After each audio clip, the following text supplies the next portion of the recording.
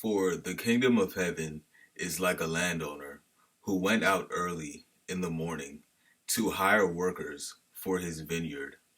He agreed to pay them a, deni- a denarius for the day and sent them into his vineyard.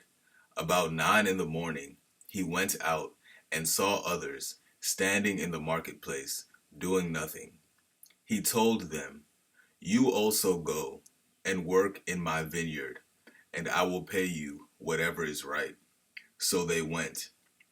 He went out again about noon and about 3 in the afternoon and did the same thing. About 5 in the afternoon, he went out and found still others standing around. He asked them, "Why have you been standing here all day long doing nothing?" "Because no one has hired us," they answered.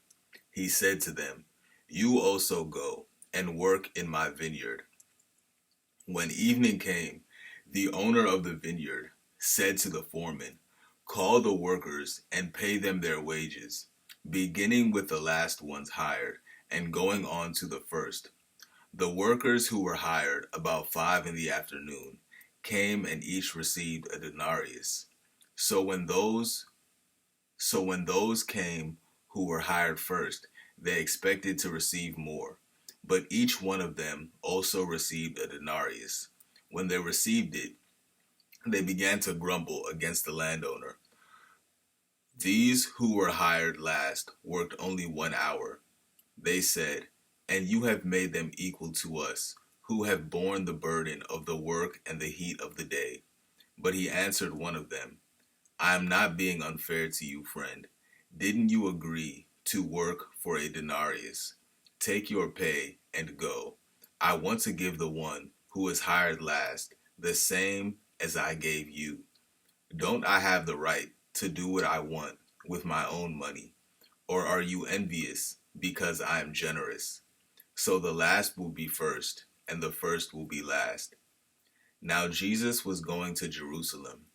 On the way, he took the 12 aside and said to them, "We are going up to Jerusalem, and the Son of Man will be delivered over to the chief priests and the teachers of the law.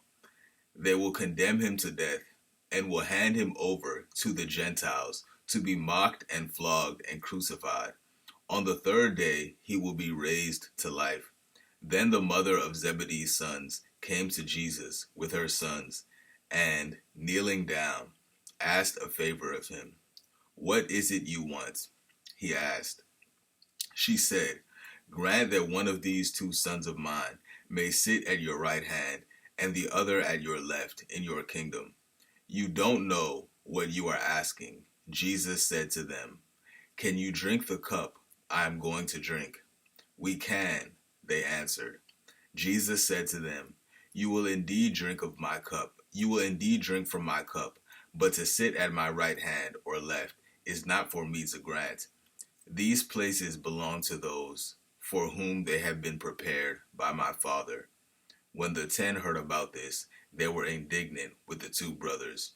Jesus called them together and said, "You know that the rulers of the Gentiles lord it over them, and their high officials exercise authority over them. Not so with you.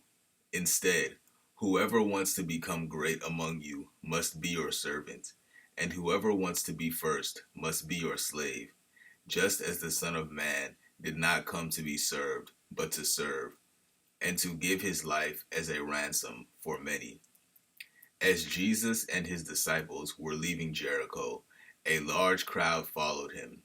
Two blind men were sitting by the roadside, and when they heard that Jesus was going by, they shouted, "Lord, Son of David, have mercy on us." The crowd rebuked them and told them to be quiet, but they shouted all the louder, "Lord, Son of David, have mercy on us."